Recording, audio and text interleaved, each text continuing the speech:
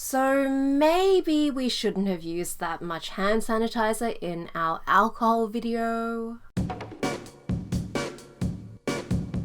It's Michelle from Lab Muffin Beauty Science, Chemistry PhD, and slight hypochondriac. I just want to be pure. So there's a bit of a pandemic going on right now. SARS-CoV-2 is a coronavirus which causes the disease COVID-19, which is spreading at an alarming rate worldwide. This disease usually causes mild symptoms in most people, especially if you're young and healthy. But in older people, it has a much higher rate of hospitalization and death. It also gets passed along pretty easily, which is why it's a good idea to try to slow down the transmission. This idea is commonly referred to as flattening the curve, so that hospitals don't get overwhelmed with too many patients, and so they can give everyone the help they need. One of the ways that this coronavirus can get passed along is through your hands. So you might touch a surface which has the virus, then touch your hands or nose or mouth, and that then infects your respiratory tract. And even if you're not in a high-risk category, it's often not a very pleasant disease to have, and you risk passing it on to people who are more vulnerable. So a lot of health authorities around the world are recommending that everyone washes their hands for at least 20 seconds with soap and water, and to use hand sanitizer when this isn't possible. Naturally, a lot of people have been buying up hand sanitizer, and not just for making a video about alcohol in skincare, which means that in some places there's a shortage. And so there's a lot of DIY hand sanitizer recipes going around and homemade hand sanitizer being sold. And some people just want to avoid the chemicals that go into hand sanitizers by making their own. Now, I think most people who are sharing these recipes are doing this with good intentions. There are some people, of course, who are just trying to make a quick buck. But making a hand sanitizer that works is not quite as easy as it sounds. A commercial product is much more reliable. It's very, very easy to mess up a DIY recipe. And some of these DIY recipes just probably aren't going to work even if you make them perfectly. And if you use a hand sanitizer that you think is working even though it isn't, then you are putting yourself at risk. So I'm going to go through some of the hand sanitizer recipes I've seen online and tell you whether or not they're going to work. Spoiler alert, a lot of them aren't going to work. If you like this sort of video, click the thumbs up, subscribe to my channel, and click the notification bell so you don't miss any videos. First, let's start with a recipe that will work if you make it properly, the World Health Organization's hand sanitizer recipe. Firstly, note that these recipes are for making 10 liters, which most of us don't need. Also note that the World Health Organization says these recipes are meant to be used when you don't have a commercial product around. Commercial products contain lots of inactive ingredients which help the product work better, so for example, a thickening agent which makes it easier to spread on your hands. So there are 3 components in these hand sanitizer recipes. Firstly, there's a high alcohol concentration. You need a high alcohol concentration, 60 to 95%, to reliably destroy viruses. This alcohol concentration is high enough to break down the envelope around the coronavirus and to denature the proteins inside it so that it can't infect you. The other 2 ingredients are glycerol and hydrogen peroxide. Glycerol, which is more commonly known as glycerin in beauty products, is a humectant moisturizer. It's there to keep your hands moisturized because alcohol can dry out your skin. Other moisturizing ingredients will also work for this, but it's best to use something water-based. Alcohol-based hand sanitizers don't work that well on greasy hands. The grease can help protect viruses, so it's safest not to use something oil-based. Hydrogen peroxide is also included at a low concentration, and this is there to help kill any remaining bacterial spores in your ingredients or on your equipment. It's not actually there to help actively kill any germs on your hands. In the World Health Organization guide to making these hand sanitizers, there's a lot of advice on things like sterilizing your containers and quality control. These are important if you want to make a hand sanitizer that will sanitize your hands properly. If all you care about is whether or not it can kill the coronavirus, then these are a bit less important. What you really need is that high alcohol concentration. And apart from a high alcohol concentration, pretty much nothing else is considered effective against the coronavirus as of now. And this includes things like benzalkonium chloride and other cationic detergents that you find in alcohol-free hand sanitizers. These work well against bacteria, but generally not so well against viruses, which is why health authorities recommend using an alcohol-based one where possible. So, unsurprisingly, essential oils aren't considered effective, even if whoever's selling them to you is saying otherwise. Even if an essential oil has been found to be effective against one type of virus, it doesn't necessarily mean that it's going to be effective against this brand new coronavirus. The coronavirus is not the same as a flu virus. And even if an essential oil is effective against the coronavirus, the concentration is really important, just like for alcohol. If there isn't enough, it's not going to work, and that data just doesn't exist yet. We don't know how much essential oil we need to kill coronavirus. For some oils, maybe even 100% isn't enough. This applies to all the essential oils you see: thieves oil, tea tree oil, lavender oil, lemon essential oil. So anything without alcohol you pretty much can't trust. So that means all of these recipes that are some variation of something with a few drops of essential oil added to it with no alcohol, they will not work. And you'll see tons of these. So aloe vera with essential oil, no. Water and aloe vera gel with essential oil, no. Fractionated coconut oil with essential oil, no. Boiled water with essential oil, no.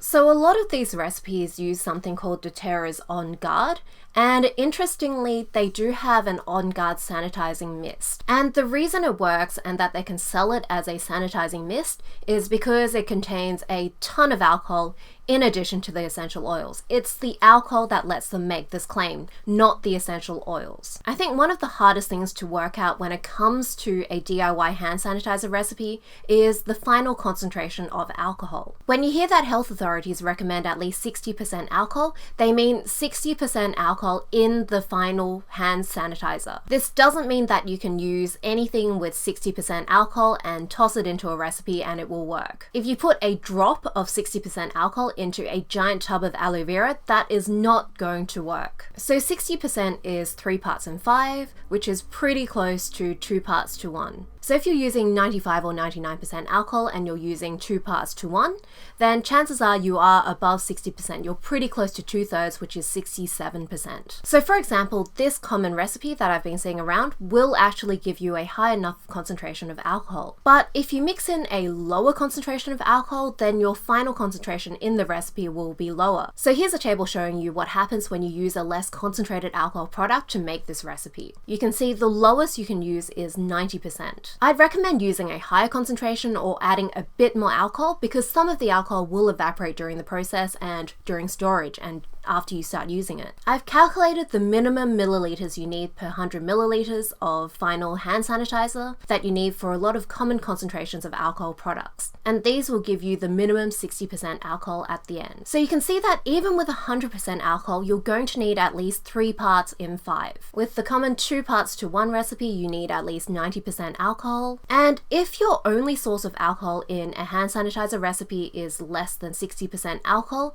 you will never get 60% alcohol in your final product. So for example, witch hazel contains 15 to 30% alcohol.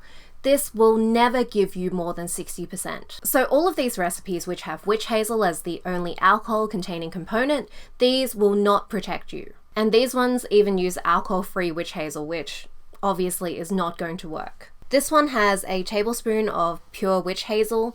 Even if this witch hazel has 30% alcohol, you end up with 0.6% alcohol in your final product. This particular recipe has 10 ml of witch hazel and 10 ml of isopropyl alcohol, which actually could work. So if you're using 100% isopropyl alcohol and witch hazel containing 30%, you will actually end up with 65% alcohol. Since they don't specify the concentration of alcohol you need or the concentration of alcohol in the witch hazel, I think they just got lucky with their proportions. With recipes containing drinking alcohol typically only contains 40% alcohol maximum. If you see the word proof, that means double the concentration. So for example, 90 proof means 45% alcohol. That means that you need a minimum of 120 proof to get 60% alcohol, and this is incredibly rare. So if you're making your own hand sanitizer recipe, you need something that looks more like this rather than like this. So using vodka generally won't work unless you have very, very high alcohol vodka. 90 proof vodka isn't going to work. Rubbing alcohol will work. This recipe, if you use 1 1/4 cups of 100% rubbing alcohol, then you will get 67%, which will work, but using 90 proof vodka will not. All of these recipes that say you can use rubbing alcohol or vodka, This only works if you're using very high percentage vodka. Vodka is not a good substitute for this sort of thing unless you are using undrinkable vodka. I've calculated the actual alcohol concentrations in a bunch of these recipes that I found online, so you can see how weak your final alcohol ends up being. I'm going to be ignoring the drops of essential oil in these recipes because it'll only increase the volume by a really small amount. So this recipe recommends using 60% or higher. If you use 60%, you will get 40% alcohol. For this recipe to give you a final concentration of at least 60%, you will need at least a 90% alcohol product. This next one, which was very popular, uses 4 parts aloe vera gel to 1 part 70% alcohol, and this gives you a final concentration of 14% alcohol. This one is 1/3 rubbing alcohol, 1/3 aloe vera gel, 1/3 witch hazel. Assuming there's no alcohol in the witch hazel, which is probably the case, you end up with 33%. So the reason we don't use pure alcohol to sanitize our hands and surfaces is because firstly, alcohol evaporates very quickly, and so if it's mixed with something water-based, that means that it evaporates slower, it has a longer contact time with the germs, and so they're more likely to die. The other reason is that if you use 100% alcohol, sometimes the outside of a microbe will become hardened to further damage, and so having a bit of water in there is important. But if you have too much water, you will end up with an ineffective product because you don't have enough alcohol. And again, it's the concentration of alcohol in the final mixed product that you care about. Even if you're using a high concentration alcohol ingredient, that doesn't mean that you can just dilute it as much as you like. This one uses 7 parts 70% alcohol with 3 parts aloe vera gel. This gives you a final concentration of 49% alcohol.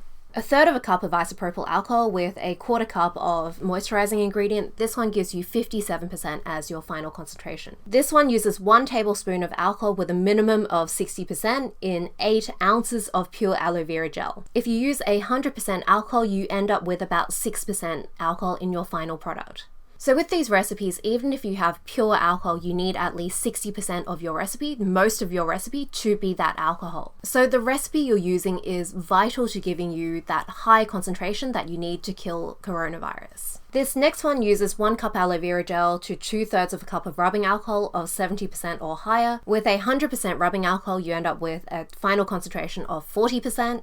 If you use 70%, you end up with 28%. This one has rubbing alcohol as an option. I'm not even going to talk about that. This one uses 2 tablespoons of 91% isopropyl alcohol and 3 tablespoons of aloe vera gel. This gives you a final concentration of 36%. This recipe uses 1 teaspoon of rubbing alcohol in a 1/4 cup of aloe vera gel and then distilled water to get it to your desired consistency.